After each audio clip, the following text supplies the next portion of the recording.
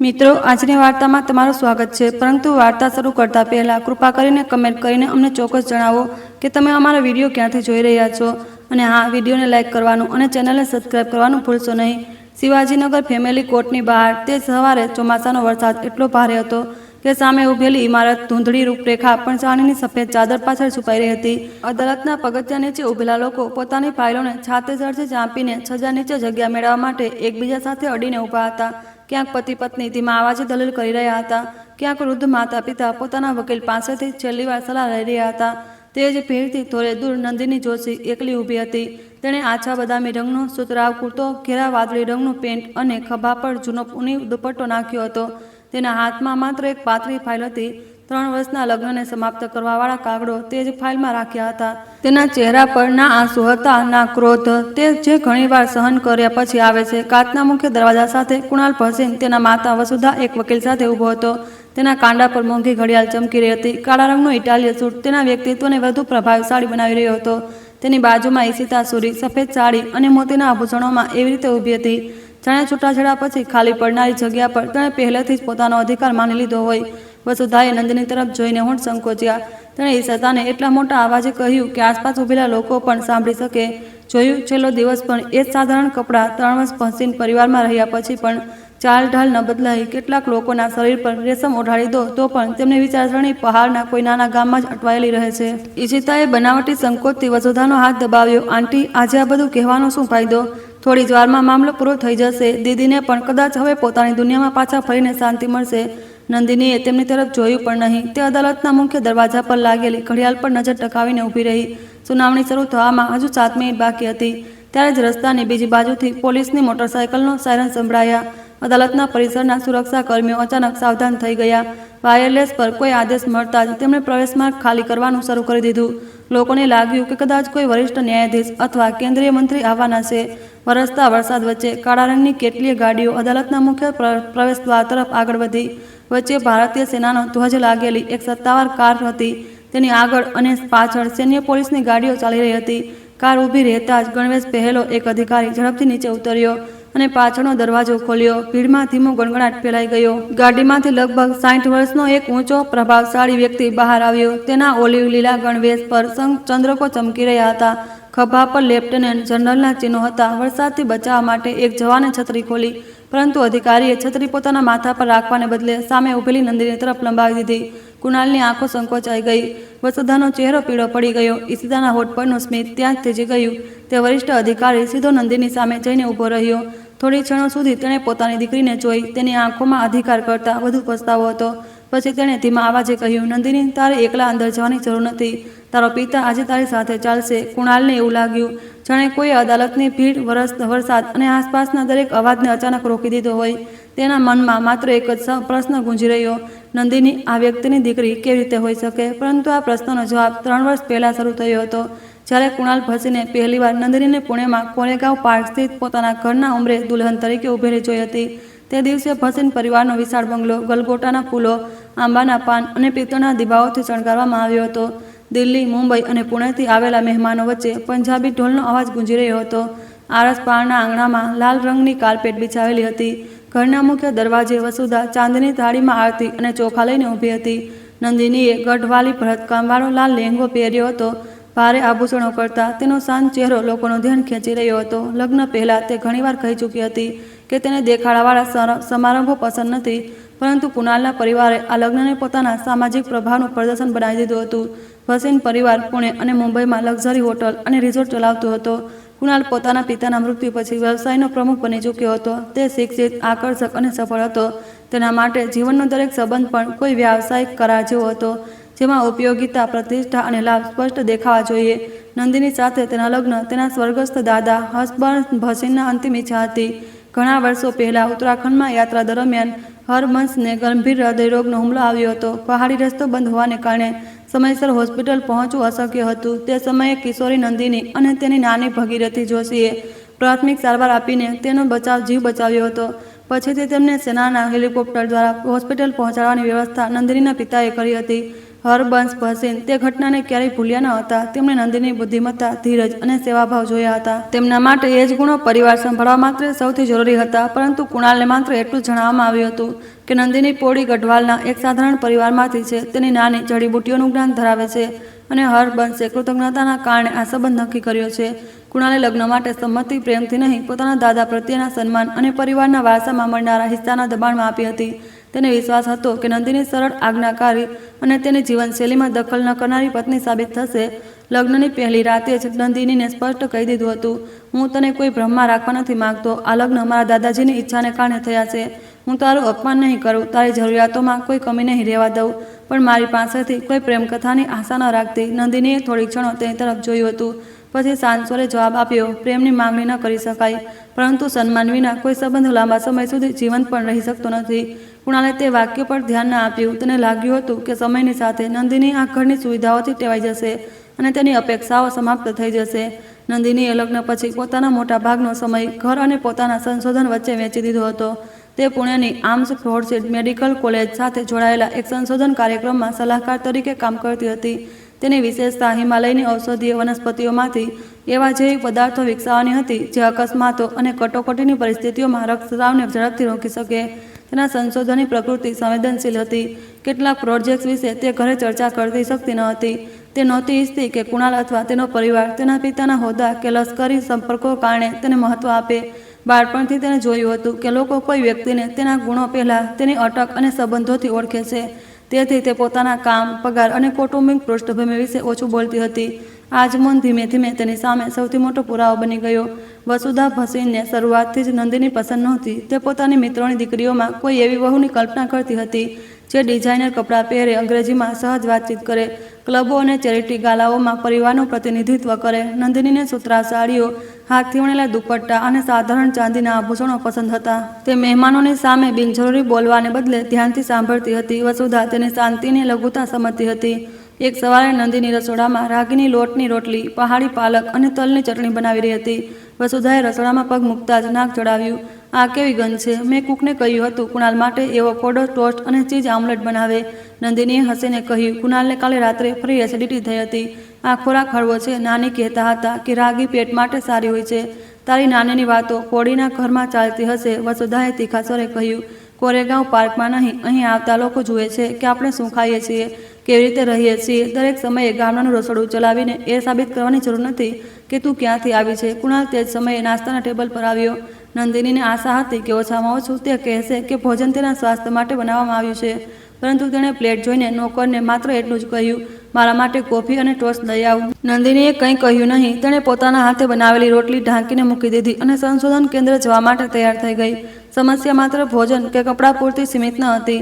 કુણાલ અવારનવાર વ્યાવસાયિક કાર્યક્રમોમાં એકલો જતો હતો. જ્યારે કોઈ તેની પત્ની વિશે પૂછતું, તે કહી દેતો કે નંદિનીને સામાજિક સમારંભો પસંદ નથી. સાચું એ હતું કે તેને પોતાની સાથે લઈ જવામાં સંકોચ અનુભવતો હતો. એકવાર પુણેની એક 5 સ્ટાર હોટલમાં ભસીન ગ્રુપની વર્ષગાંઠ ઉજવવામાં આવી રહી હતી. નંદિનીએ જાતે તૈયાર થઈને તેને પૂછ્યું હતું, શું આજે મારે તારી સાથે આવવું જોઈએ? નિમંત્રણ પત્રમાં પરિવારના સભ્યોનો ઉલ્લેખ છે. કુણાલે તેને આછા લીલા રંગની સાડી અને અંબોડામાં લગાવેલા સફેદ ફૂલો પર નજર નાખી. ત્યાં વિદેશી રોકાણકારો હશે. વાતચીત હોટલના વિસ્તરણ, બ્રાન્ડિંગ અને નાણાકીય ભાગીદારી પર થશે. તું અસહજ અનુભવીશ, હું અસહજ થઈશ કે તને મારી સાથે અસહજ થશે. કુણાલે તેની આંખોમાં જોવાને બદલે ઘડિયાળ સરખી કરી. દરેક વાતને અંગત ન બનાવ્યા કર. તે એકલો જતો રહ્યો. તે જ રાત્રે નંદિનીએ સોશિયલ મીડિયા પર કાર્યક્રમની તસવીરો જોઈ. કુણાલની બાજુમાં ઈશિતા સુરી ઊભી હતી. ઈશિતા કુણાલની કોલેજની મિત્ર અને ક્યારેક તેની પ્રેમિકા રહી ચૂકી હતી. તે મિલાનથી બ્રાન્ડ ડિઝાઇનરનો કોર્સ કરીને પાછી ફરી હતી અને ભસીન ગ્રુપના નવા રિઝોર્ટ અભિયાનમાં સલાહકાર તરીકે નિયુક્ત થઈ હતી. તસવીરોમાં તે કુણાલના ખભા પાસે ઝૂકીને હસી રહી હતી. ઘણા લોકોએ તેને પરફેક્ટ પાવર કપલ લખ્યું હતું. બીજી સવારે કુણાલે સહજતાથી જણાવ્યું, ઈશિતા હવે આપણી સાથે કામ કરશે. તેના આંતરરાષ્ટ્રીય સંપર્કો કંપની માટે ઉપયોગી છે. નંદિનીએ પૂછ્યું, શું તને લાગ્યું કે આ વાત મને પહેલાં જણાવવી જોઈતી હતી? તે કર્મચારી છે નંદિની. દરેક નિમણૂક પર પત્નીની પરવાનગી લેવામાં આવતી નથી. હું પરવાનગીની વાત નથી કરી રહી, હું પારદર્શિતાની વાત કરી રહી છું. કુણાલે અખબાર વાળી લીધું. તારી આ સમસ્યા છે. સામાન્ય વાતોમાં પણ ભાવનાત્મક અર્થ શોધી લેશે. ઈશિતાના આવ્યા પછી ઘરનું વાતાવરણ બદલાવા લાગ્યું. તે અવારનવાર વ્યાવસાયિક ચર્ચાના બહાને બંગલે આવતી. ક્યારેક કુણાલ માટે નવી ટાઈ આવતી, વસુધાની પસંદગીની બદામવાળી કેક મંગાવતી અને દરેક વાક્યમાં ભસીન પરિવારની પ્રતિષ્ઠાના વખાણ કરતી. વસુધા તેની સામે નંદિનીની તુલના કરવાની કોઈ તક છોડતી નહીં. ઈશિતા, તે કેટલી સુંદર સાડી પહેરી છે. જો નંદિની, રંગોની પસંદગી આવી રીતે કરવામાં આવે છે. દરેક સમયે ભૂરા અને ફિક્કા રંગો પહેરવાથી કોઈ વિદુષી નથી લાગવા માંડતું. ઈશિતા તરત જ મધુર સ્વરે કહેતી, આંટી, દીદીનો પોતાનો સરળ અંદાજ છે. તે દરેક કોઈ આધુનિક જીવનમાં સહજ નથી હોતું. તેના વખાણમાં છુપાયેલું અપમાન માત્ર નંદિની જ સમજતી હતી. કુણાલ કાં તો સમજવા માંગતો ન હતો અથવા તેને તેનાથી કોઈ ફરક પડતો ન હતો. તેમ છતાં નંદિનીએ લગ્ન બચાવવાનો પ્રયાસ ચાલુ રાખ્યો. તે કુણાલના મોડા રાત્રે પાછા ફરવા પર તેના માટે હળવું ભોજન રાખતી, તેની માઇગ્રેનની દવા સમયસર આપતી અને તેની માતાની નિયમિત તપાસ કરાવતી. તે ઈચ્છતી હતી કે એક દિવસ કુણાલ તેની દાનતને જોશે, તેના પહેરવેશ અને પૃષ્ઠભૂમિની પેલે પાર જઈને તેને સમજશે. પરંતુ જે વ્યક્તિએ પહેલેથી જ મનમાં કોઈની કિંમત નક્કી કરી લીધી હોય, તેની સામે સત્ય પણ ઘણીવાર અદ્રશ્ય રહે છે. દિવાળીના 2 અઠવાડિયા પહેલાં નંદિનીને સંશોધન કેન્દ્રમાંથી દુર્લભ વનસ્પતિઓ અને સૂકા નમૂનાઓનો એક જથ્થો મળ્યો. પોળી ગઢવાલના ખેડૂતોના સહયોગથી એકત્રિત કરાયેલા તે નમૂનાઓ પર મહિનાઓ સુધી અભ્યાસ થવાનો હતો. સંશોધન કેન્દ્રના મુખ્ય સ્ટોરેજ યુનિટમાં સમારકામ ચાલી રહ્યું હતું. તેથી ઔપચારિક પરવાનગી લઈને તેણે કેટલાક સીલબંધ બોક્સ અસ્થાયી રૂપે બંગલાના પાછળના ભાગે બનેલા જૂના કાચના ઘરમાં રાખી દીધા. તેણે દરેક બોક્સ પર વૈજ્ઞાનિક નામ, તાપમાન અને ભેજની વિગતો લખી હતી. કાચના ઘરમાં નાનું તાપમાન નિયંત્રક, ભેજ માપક અને સુરક્ષા તાળું લગાવવામાં આવ્યું હતું. ઘરના મેનેજર અને માળીને તેને સ્પષ્ટ સૂચના આપી હતી કે ત્યાં તેની પરવાનગી વિના કોઈ પ્રવેશ ન કરે. એક સાંજે વસુધાએ કાચનું ઘર જોયું તો તેને અંદર સૂકા મૂળિયા, પાંદડા, માટીથી ભરેલા વાસણો અને કાગળના પેકેટો દેખાયા. તેણે તરત જ નોકરને પૂછ્યું, આ બધું કચરો કોણે ભેગો કર્યો છે? નોકરે કહ્યું, મેડમ, નાની મેડમના રિસર્ચનો સામાન છે. તેમને ના પાડી છે કે કોઈ આને અટકે નહીં. વસુધાની ભ્રમરો ખેંચાઈ ગઈ. આ ઘરમાં કોણ શું રાખશે તે હવે નંદિની નક્કી કરશે. તે જ સમયે ઈશિતા ત્યાં આવી પહોંચી. તે દિવાળી પાર્ટીની સજાવટ જોવા આવી હતી. તેણે કાચના ઘરમાં ડોક્યું કરીને કહ્યું, આંટી, આ જગ્યા સાફ કરાવી દઈએ તો અહીં બહુ સુંદર લેટર્ન ઇન્સ્ટોલેશન થઈ શકે છે. મહેમાનો આવતા જ પાછળનો બગીચો જોશે. આ સૂકા છોડવાઓ તો આખું દ્રશ્ય બગાડી નાખશે. વસુધાને વિચાર પસંદ આવ્યો. ભજન પરિવાર તે વર્ષે હોટલના રોકાણકારો અને શહેરના પ્રભાવશાળી લોકો માટે મોટી દિવાળી પાર્ટીનું આયોજન કરી રહ્યો હતો. તે ઈચ્છતી હતી કે ઘરનો દરેક ખૂણો મેગેઝિનોમાં છાપવા લાયક દેખાય. નંદિની તે સમયે કિર્કી વિસ્તારમાં આવેલી લેબોરેટરીમાં હતી. તેણે પોતાનો ફોન સિક્યોરિટી લોકરમાં જમા કરાવી દીધો હતો. સાંજે પાછી ફરી તો બંગલાની બહાર સજાવટનું કામ ચાલી રહ્યું હતું. છત પર વીજળીની સીરીઝ લાગી રહી હતી. આંગણામાં વિશાળ રંગોળી બનાવવામાં આવી હતી અને બગીચામાં કૃત્રિમ કમળના આકારના દીવા મૂકવામાં આવી રહ્યા હતા. તે સીધી કાચના ઘર તરફ ગઈ. દરવાજો ખુલ્લો હતો. અંદરનું તાપમાન નિયંત્રક ગાયબ હતું. લાકડાનો કબાટો બહાર ફેંકી દેવાયા હતા. સીલબંધ બોક્સ ફાડીને તેની અંદર રાખેલા મૂળિયા અને નમૂનાઓ કચરાની મોટી થેલીઓમાં ભરી દેવામાં આવ્યા હતા. કેટલાક નાજુક છોડવાઓ પગ નીચે કચડાઈને માટીમાં પડી ગયા હતા. તેમના સ્થાને સોનેરી પડદા, આયાતી મીણબત્તીઓ અને કાચના ફાને શણગારવામાં આવી રહ્યા હતા. થોડીક ક્ષણો માટે નંદિની શ્વાસ લેવાનું ભૂલી ગઈ. તે દોડીને કચરાની થેલીઓ પાસે ગઈ અને એક એક પેકેટ કાઢવા લાગી. ઘણા લેબલ પાણી અને માટીથી બગડી ગયા હતા. અલગ અલગ ઊંચાઈ અને હવામાનમાં ઉગાડવામાં આવેલા નમૂનાઓ એકબીજામાં ભળી ગયા હતા. તેમની વૈજ્ઞાનિક ઉપયોગિતા લગભગ ખતમ થઈ ચૂકી હતી. આ કોણે કર્યું? તેનો અવાજ ધીમો હતો, પરંતુ તેમાં એવી ધ્રુજારી હતી કે પાસે ઊભેલા મજૂરો રોકાઈ ગયા. વસુધા પાછળથી આવતા બોલી, મેં કરાવ્યું. આખરે આ ઘર છે કે ભંગારવાળો? 3 દિવસ પછી શહેરના સૌથી મોટા લોકો અહીં આવવાના છે. નંદિની ઊભી થઈ. તેના હાથમાં માટી અને તૂટેલા મૂળિયા હતા. માં, મેં જણાવ્યું હતું કે આ સંશોધનના નમૂનાઓ છે. આને પર ઘણા પરિવારો અને સંશોધકોએ મહિનાઓ સુધી કામ કર્યું છે. દરેક સૂકા મૂળને રિસર્ચ કહી દેવાથી તેની કિંમત વધી નથી જતી. વસુધાએ જવાબ આપ્યો, તારા માટે આ બધું મહત્વપૂર્ણ હશે, અમારા માટે નહીં. આ કાચના ઘરની સજાવટ પર જેટલો ખર્ચ થઈ રહ્યો છે એટલે કદાચ તારા આખા પહાડ ગામની આખી વર્ષની આવક પણ ન હોય. નંદિનીનો ચહેરો કડક થઈ ગયો. કોઈ ગામની ગરીબીની મજાક ઉડાવવાથી તમે મોટા નથી બની જતા. વસુધા અવિશ્વાસથી તેની તરફ જોવા લાગી. 3 વર્ષમાં પહેલીવાર નંદિનીએ તેને આ સ્વરમાં જવાબ આપ્યો હતો. તું મારી સાથે આ રીતે વાત કહી રહી છે. હું તમને માત્ર એટલું કહી રહી છું કે તમે એવી વસ્તુઓ નષ્ટ કરી છે જે મારી અંગત મિલકત ન હતી. મારે આનો ઔપચારિક રિપોર્ટ આપવો પડશે. ઈશિતા તરત જ વચ્ચે આવી ગઈ. દીદી, આંટીને ધમકાવવાની શું જરૂર છે? તમે વૈજ્ઞાનિક નિયમોનો જાણકારી ન હતી. અને સાચું કહું તો તમે ઘરમાં આ બધું રાખ્યું જ કેમ? જો આટલું મહત્વનું હતું તો કોઈ સુરક્ષિત સરકારી જગ્યાએ હોવું જોઈતું હતું. નંદિનીએ તેની તરફ જોયું. દરેક બોક્સ સીલબંધ હતું. પરવાનગીના કાગળો મારી પાસે છે. આ રૂમ પર તાળું લગાવેલું હતું. કોઈ સુરક્ષિત વસ્તુનું તાળું તોડવું ભૂલ નથી. નિર્ણય હોય છે. ત્યારે જ કુણાલ પણ બગીચામાં પહોંચ્યો. વસુધાએ તેને જોતા જ કહ્યું, તારી પત્નીને સમજાવ. દિવાળીની સજાવટ માટે જગ્યા સાફ કરાવી તો આ મને સરકારી કાર્યવાહીની ધમકી આપી રહી છે. કુણાલે ચારે તરફ જોયું. તેને તૂટેલા પેકેટ અને માટીમાં વિખરાયેલા છોડ દેખાયા, પરંતુ તેની દ્રષ્ટિ ત્યાં વધુ વાર ટકી નહીં. તેનું ધ્યાન મજૂરો, સજાવટ અને પરિવારના ઊંચા અવાજો પર હતું. તેણે નંદિનીને કહ્યું, તારે મા સાથે આ રીતે વાત ન કરવી જોઈએ, નંદિનીએ અવિશ્વાસથી પૂછ્યું. તે સાંભળ્યું પણ ખરું કે શું થયું છે? મેં એટલું સાંભળ્યું કે તું આ ઘરમાં સામાન રાખવાને લઈને માને રિપોર્ટની ધમકી આપી રહી છે. આ સામાન ન હતો કુણાલ, આ નિયંત્રિત સંશોધન સામગ્રી હતી. આમાંથી કેટલાક નમૂનાઓ ફરીથી મેળવવામાં આખી ઋતુ લાગી જશે. કુણાલે થાકેલા શ્વાસ લીધો. ઠીક છે, નુકસાન થયું તો હું ચૂકવણી કરી દઈશ. એ વાક્ય નંદિનીની અંદર વર્ષોથી બચેલી આશાને અંદર સુધી ઘાયલ કરી દીધી. દરેક નુકસાન પૈસાથી પૂરું થતું નથી. દુનિયામાં મોટા ભાગની વસ્તુઓ કોઈને કોઈ કિંમત હોય છે. કુણાલે કહ્યું, તું ખર્ચ બતાવ, અમારી ફાઇનાન્સ ટીમ ચૂકવણી કરી દેશે. અત્યારે પાર્ટીની તૈયારી રોકીને ઘરમાં તમાશો ન બનાવ. નંદિની થોડીક ક્ષણો તેને જોતી રહી. પછી તેણે પોતાની મુઠ્ઠી ખોલી. તેમાં એક નાનું લાલ રંગનું તૂટેલું મૂળ હતું, જેને પોડીના એક વૃદ્ધ ખેડૂતે એમ કહીને આપ્યું હતું કે કદાચ આનાથી કોઈ ઘાયલ જવાનને જીવ બચી શકે. સમસ્યા એ જ છે કુણાલ, તેણે ખૂબ ધીમેથી કહ્યું. તું દરેક વસ્તુની કિંમત જાણે છે, પણ કોઈ વસ્તુનું મૂલ્ય સમજતો નથી. વસુધાએ હાથ ઝાટકીને મજૂરોને કામ ચાલુ રાખવાનો આદેશ આપી દીધો. ઈશિતા કુણાલ પાસે ઊભી રહીને સજાવટના નકશા પર ચર્ચા કરવા લાગી. થોડીક ક્ષણોમાં તેમના માટે ઘટના પૂરી થઈ ગઈ. નંદિની ત્યાં જ ઘૂંટણભર બેસીને બચેલા નમૂનાઓ અલગ કરવા લાગી. તેના હાથ માટીથી ભરાઈ ગયા. એક તૂટેલા કાચને તેની આંગળી કપાઈ ગઈ, પણ તેને ધ્યાન ન આપ્યું. તે દરેક એ પેકેટને બચાવવાની કોશિશ કરી રહી હતી, જેમાં ઓળખી શકાય તેવી સામગ્રી બાકી હતી. તેનો ફોન વાગ્યો. સ્કિન પર રિસર્ચ સેન્ટરના વરિષ્ઠ વૈજ્ઞાનિક ડોક્ટર રેણુકા અય્યરનું નામ દેખાયું. નંદિની, આપણે પ્રાથમિક પરીક્ષામાં ખૂબ ઉત્સાહજનક પરિણામો મળ્યા છે. બીજી બાજુથી અવાજ આવ્યો, ખાસ કરીને ઊંચાઈવાળા વિસ્તારમાંથી આવેલા નમૂના. રક્તસ્રાવમાં રોકવાની ક્ષમતા અપેક્ષા કરતાં વધુ છે. આપણને સવાર સુધીમાં બાકીની બેચ જોઈએ છે. જો ડેટાનું પુનરાવર્તન થશે તો પ્રોજેક્ટ આગલા તબક્કામાં જઈ શકે છે. નંદિનીએ સામે પડેલા ફાટેલા બોક્સ તરફ જોયું. તેના હોઠ ખુલ્યા, પણ થોડી ક્ષણો માટે શબ્દ ન નીકળ્યા. મેમ, તેણે મુશ્કેલીથી કહ્યું, મોટાભાગના નમૂનાઓ નષ્ટ થઈ ગયા છે. ફોન પર મૌન છવાઈ ગયું. કેવી રીતે? નંદિનીએ પાછળ ઊભેલા પોતાના પરિવાર તરફ જોયું. વસુધા ફાનસની ઊંચાઈ નક્કી કરી રહી હતી. ઈશિતા કુણાલનો હાથ પકડીને તેને કોઈ ડિઝાઇન બતાવી રહી હતી. કોઈએ પાછળ ફરીને એ જાણવાનો પ્રયાસ ન કર્યો કે નંદિની કોની સાથે વાત કરી રહી છે, અથવા તેની આંખોમાં પહેલીવાર આટલું ઊંડું દર્દ કેમ હતું. સંગ્રહ સ્થાનમાં અનધિકૃત પ્રવેશ થયો. નંદિનીએ જવાબ આપ્યો, હું પૂરો રિપોર્ટ તૈયાર કરીશ. જે બચ્યું છે તે લઈને 1 કલાકમાં પહોંચું છું. ફોન મૂક્યા પછી તેણે માટીથી ખડાયેલા હાથ જોયા. 3 વર્ષ સુધી તેણે વિચાર્યું હતું કે ધીરજ કોઈ પણ કઠોર હૃદયને બદલી શકે છે. તેને વિશ્વાસ હતો કે સેવા, ઈમાનદારી અને સમય આખરે તેના લગ્નમાં સન્માન ઉત્પન્ન કરશે. પરંતુ તે સાંજે તેને પહેલીવાર સમજાયું કે ધીરજ અને આત્મ અપમાન વચ્ચે ખૂબ જ પાતળી રેખા હોય છે. તે એ રેખાને ઘણી પહેલા વાર કરી ચૂકી છે. તેણે સુરક્ષિત બચેલા નમૂના એક બોક્સમાં મૂક્યા, પોતાની બેગ ઉઠાવી અને કોઈને પણ કંઈ કહ્યા વગર મુખ્ય દરવાજા તરફ આગળ વધી. કુણાલે પાછળથી પૂછ્યું, હવે ક્યાં જાય છે? રાત્રે દિવાળીની તૈયારી અંગે પરિવારની મીટિંગ છે. નંદિની રોકાઈ, પણ પાછળ ન ફરી.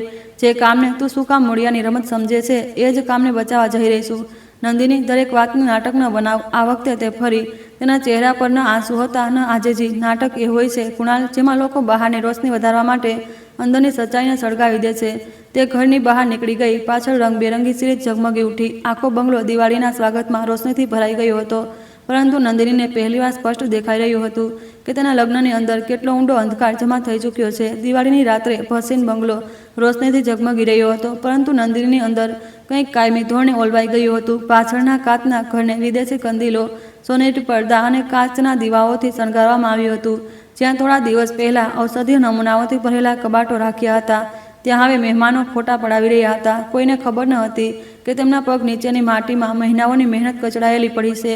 નંદિની પાર્ટીમાં માત્ર એટલા માટે હાજર હતી કારણ કે કુણાલે સ્પષ્ટ કહ્યું હતું કે તેની ગેરહાજરીથી પરિવાર વિશે ખોટો સંદેશ જશે. તેના ઘેરા લીલા રંગની સાધારણ સિલ્કની સાડી પહેરી હતી, જે તેની નાનીએ લગ્ન વખતે આપી હતી. વસુધાએ તેને જોતા જ કહ્યું, અને મેં તારા રૂમમાં ડિઝાઇનર સાડી રખાવી હતી.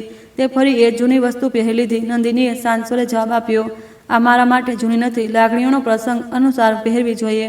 વસુધાએ કટાક્ષ કર્યો, આજે શહેરના મોટા લોકો આવ્યા છે. કોઈને એ જાણવામાં રસ નથી કે તારી નાનીએ શું આપ્યું હતું. ઈશિતા તે જ સમયે લાલ અને સોનેરી સાડીમાં ત્યાં પહોંચી. તેના આભૂષણો દીવાઓની રોશનીમાં ચમકી રહ્યા હતા. તેણે કુણાલ પાસે જઈને કહ્યું, તે એ કફ લિંક નથી પહેર્યા જે મેં મોકલ્યા હતા. કુણાલ મલકાયો. ડ્રેસિંગ ટેબલ પર રહી ગયા હશે. ઈશિતાએ અચકાતા વિના તેનો હાથ પકડ્યો અને કફલિંગ સરખા કરવા લાગી. આસપાસ ઊભેલા લોકોએ તેમને જોઈને સહજતાથી માની લીધું કે બંને એકબીજાની ખૂબ નજીક છે. નંદિની થોડે દૂર ઊભી રહી. પહેલાં તે આવા દ્રશ્યોથી અંદર તૂટી જતી હતી. આ વખતે તેને માત્ર થાક અનુભવાયો. પાર્ટી દરમિયાન એક વરિષ્ઠ મહેમાને કુણાલને પૂછ્યું, તમારી પત્ની પણ હોટલ વ્યવસાયમાં છે? કુણાલ જવાબ આપવાનો જ હતો કે ઈશિતા વચ્ચે બોલી પડી, ના, નંદિની દીદીને પારંપરિક જડીબુટ્ટીઓમાં રસ છે. તે પહાડમાંથી જાત જાતના મૂળિયા પાંદડા લાવતા રહે છે. મહેમાને નંદિની તરફ ઉત્સુકતાથી જોયું. શું તમે આયુર્વેદિક ચિકિત્સક છો? નંદિનીએ કહ્યું, હા, હું બાયોમેડિકલ રિસર્ચ સાથે જોડાયેલી છું. મારા કામનો એક ભાગ હિમાલયની વનસ્પતિઓનો અભ્યાસ છે. ઈશિતા હળવેકથી હસી. દીદી પોતાના કામને બહુ ગંભીરતાથી લે છે. અમે લોકો તો મજાકમાં તેમને ઘરના વૈજ્ઞાનિક કહીએ છીએ. વસુધા પણ હસી પડી. કેટલાક અન્ય લોકો શિષ્ટાચાર ખાતર મલકાયા. કુણાલ ચૂપ રહ્યો. તે રાત્રે મોડે સુધી નંદિનીએ આ વાત પર વિચાર કર્યો કે શું ચૂપકીદી ખરેખર શાંતિ જાળવી રાખે છે. તેને લાગ્યું કે ઘણીવાર ચૂપ રહેવું એ અપમાનને કાયદેસરતા આપવા સમાન છે. બીજી સવારે તેણે સંશોધન કેન્દ્રમાં જઈને નષ્ટ થયેલા નમૂનાઓનો ઔપચારિક રિપોર્ટ જમા કર્યો. ડૉક્ટર રેણુકા અય્યરે પૂરી વાત સાંભળ્યા પછી કઠોર સ્વરમાં કહ્યું, તે ઘરે સામગ્રી રાખવાની પરવાનગી લીધી હતી. તે સાચું છે. સુરક્ષાના નિર્દેશો પણ સ્પષ્ટ હતા. પરંતુ હવે આપણે નુકસાનનો પૂરો અંદાજ લગાવવો પડશે. નંદિનીએ માથું ઝુકાવી દીધું. જવાબદારી મારી પણ છે. મારે અંદાજ લગાવવો જોઈતો હતો કે ઘરના લોકો પૂછ્યા વિના જગ્યા ખાલી કરાવી શકે છે. કોઈનું તાળું તોડવું એ તારી ભૂલ નથી, રેણુકાએ કહ્યું. પરંતુ અંગત સંબંધોના કારણે વૈજ્ઞાનિક સામગ્રી જોખમમાં ન મુકાવી જોઈએ. ભવિષ્યમાં કોઈ બાંધછોડ ન કરતી. નંદિનીએ સંમતિ માથું હલાવ્યું. નષ્ટ થયેલા નમૂનાઓમાંથી કેટલાક બચાવી શકાયા હતા. તેમના પર જ ફરીથી પરીક્ષણ શરૂ થયું. પ્રાથમિક પરિણામો ઉત્સાહજનક હતા.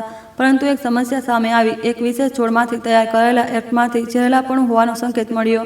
જ્યારે જૂના પરિણામોમાં એવું કંઈ ન હતું.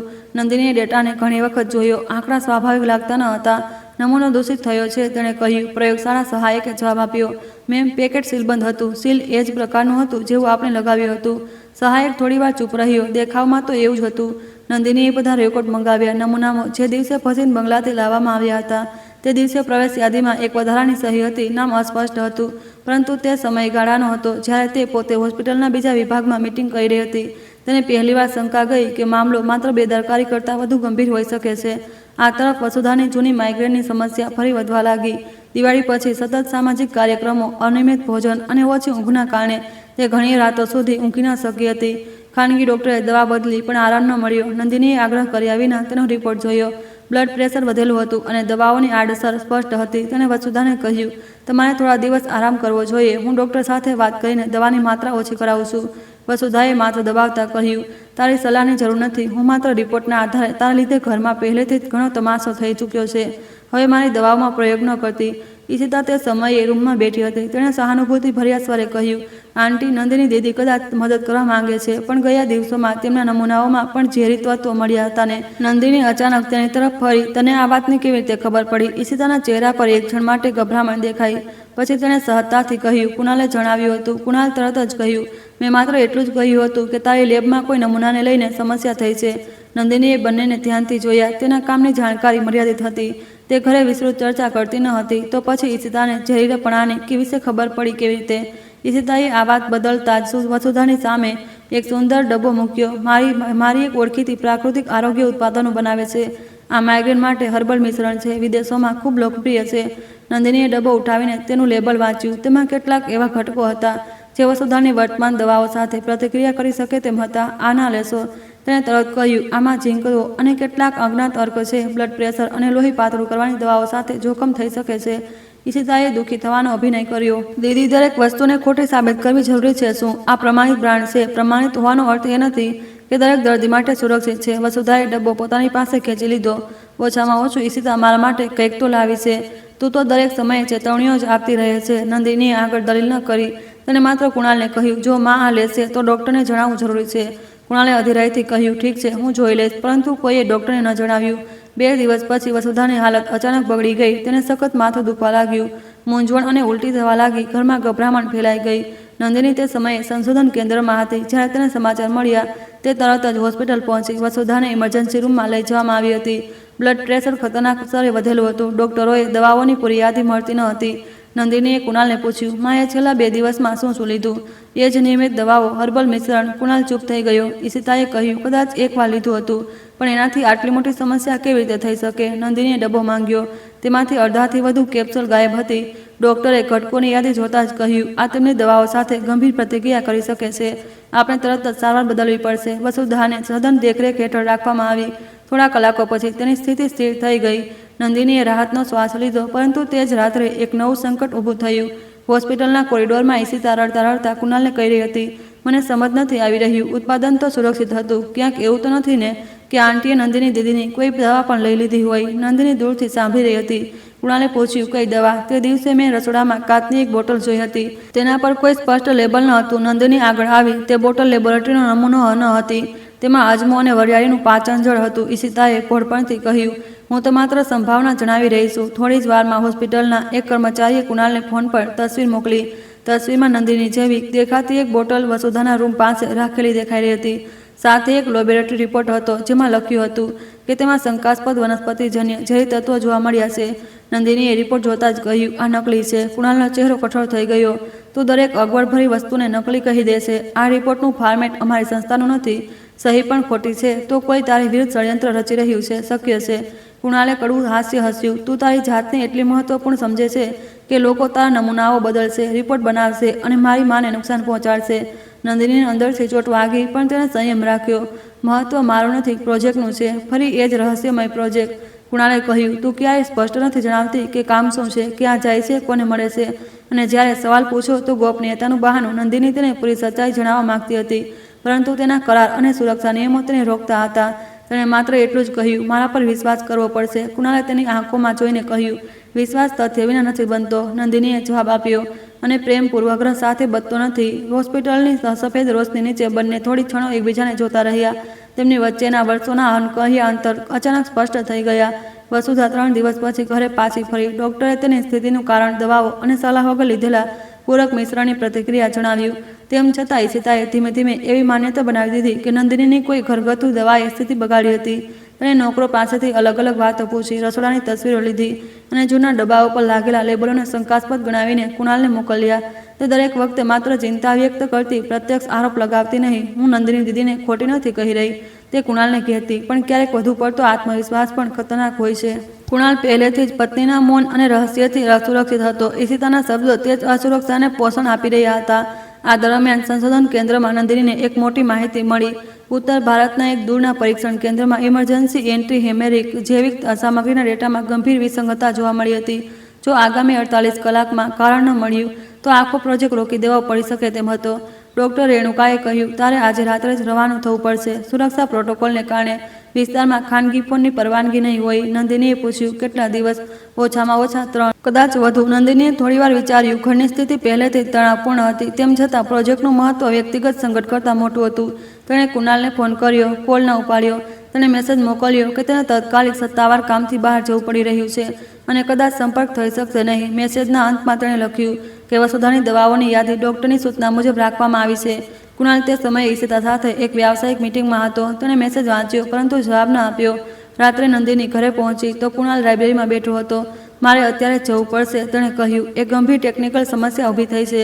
ક્યાં હું સ્થળ ન જણાવી શકું. કુણાલે કટાક્ષમાં કહ્યું, નિશ્ચિત જ 3 કે 4 દિવસ સંપર્ક નહીં થાય. માં હમણાં જ હોસ્પિટલથી પાછી આવી છે. તેમની નર્સ, ડૉક્ટર અને દવાની પૂરી વ્યવસ્થા છે. મેં બધું લખીને રાખ્યું છે. તેને હંમેશા કોઈને કોઈ કામ પરિવાર કરતાં વધુ મહત્વપૂર્ણ મળી જ જાય છે.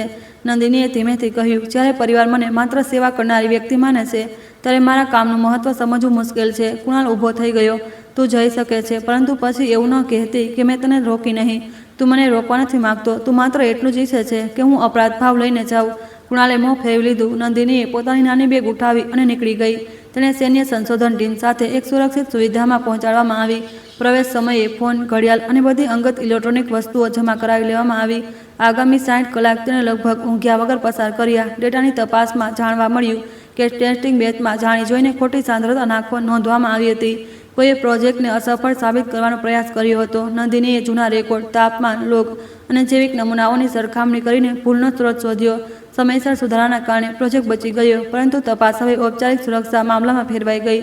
બીજી તરફ પુણેમાં કુણાલનું જીવન એક અલગ દિશામાં જઈ રહ્યું હતું. નંદિનીના ગયાના બીજા દિવસે વસુધાને ફરી ચક્કર આવ્યા. આ વખતે કારણ સામાન્ય હાઇડ્રેશન હતું, પરંતુ ઈશિતાએ તેને નંદિનીની ગેરહાજરી સાથે જોડી દીધું. ઓછામાં ઓછો પત્નીએ ફોન તો ઉપાડવો જોઈએ ને, તેણે કહ્યું. કુણાલે નંદિનીને ઘણીવાર કોલ કર્યો. દર વખતે ફોન બંધ મળ્યો. રાત્રે પશ્ચિમ ગ્રુપની એક હોટલમાં આગ લાગવાની નાની ઘટના પણ બની. કોઈ ઘાયલ ન થયું, પણ કુણાલની આખી રાત સ્થળ પર જ રહેવું પડ્યું. તણાવ, ઊંઘની કમી અને ક્રોધે તેના નિર્ણયને વધુ કઠોર બનાવી દીધો. બીજા દિવસે તેને એક અજ્ઞાત ઈમેલ મળ્યો. તેમાં નંદિનીની એક તસવીર હતી, જેમાં તે ગણવેશ પહેરેલા કેટલાક પુરુષો સાથે કોઈ વાહન તરફ આગળ વધી રહી હતી. તસવીર દૂરથી લેવામાં આવી હતી. અને સંદર્ભ સ્પષ્ટ ન હતો. સાથે લખ્યું હતું, શું તમે તમારી પત્નીના વાસ્તવિક જીવન વિશે જાણો છો? કુણાલે તસવીર વારંવાર જોઈ. તેને નંદિનીની ગોપનીયતા હવે છલમાં લાગવા માંડી. ઈશિતાએ તસવીર જોઈને કહ્યું, કદાચ આ કોઈ સરકારી કામ હોય. તેના શબ્દો નિર્દોષ હતા, પરંતુ ચહેરા પર શંકાનો સંકેત પૂરતો હતો.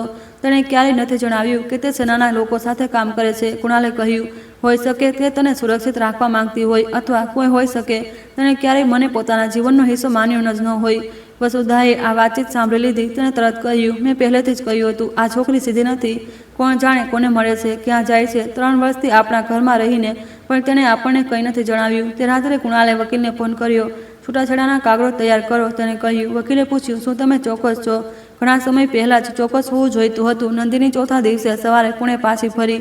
તેનો ચહેરો થાકેલો હતો, આંખો નીચે કાળા કુંડાળા હતા. તે સીધી બંગલે પહોંચી. મુખ્ય બેઠક ખંડમાં વસુધા, કુણાલ, ઈશિતા અને પરિવારનો વકીલ બેઠા હતા. ટેબલ પર કાગળોનું એક બંડલ રાખેલું હતું. નંદિનીએ રૂમનું વાતાવરણ જોતાં જ સમજી લીધું કે તેના વગર જ કોઈ નિર્ણય લેવાઈ ચૂક્યો છે. માની તબિયત કેવી છે? તેણે પૂછ્યું. વસુધાએ મોં ફેરવી લીધું. કુણાલે કાગળો તેની તરફ સરકાવ્યા. વાંચી લે. નંદિનીએ પહેલું પૃષ્ઠ જોયું. તે પરસ્પર સંમતિથી છૂટાછેડાનો ડ્રાફ્ટ હતો. થોડી ક્ષણો રૂમમાં માત્ર પંખાનો અવાજ સંભળાયો. તે નિર્ણય કરી લીધો? તેણે પૂછ્યું. કુણાલે કઠોર સ્વરે કહ્યું, આ લગ્ન ઘણા પહેલા સમાપ્ત થઈ ચૂક્યા હતા. આપણે બંને માત્ર ઔપચારિકતા નિભાવી રહ્યા હતા, અને કારણ તે આપ્યું છે. તને ખરેખર કારણ નથી ખબર. મારી માં હોસ્પિટલમાં હતી અને તું ગાયબ હતી. તારો ફોન બંધ હતો. તારું કામ શું છે? તું કોને મળે છે? મને કંઈ નથી ખબર. ઘરમાં શંકાસ્પદ દવાઓ, લેબના ખોટા રિપોર્ટ્સ, ગોપનીય યાત્રાઓ. હવે હું સહન નથી કરી શકતો. નંદિનીએ થાકેલા સ્વરે કહ્યું. એ રિપોર્ટ ખોટો હતો તો સાબિત કર. તપાસ ચાલી રહી છે. દરેક જવાબ ભવિષ્યમાં મળશે. વર્તમાનમાં માત્ર રહસ્ય છે. નંદિનીએ તેની તરફ જોયું. જો આજે હું તને બધા પુરાવા બતાવી દઉં તો પણ શું તું મારી સાથે સન્માનથી રહી શકીશ?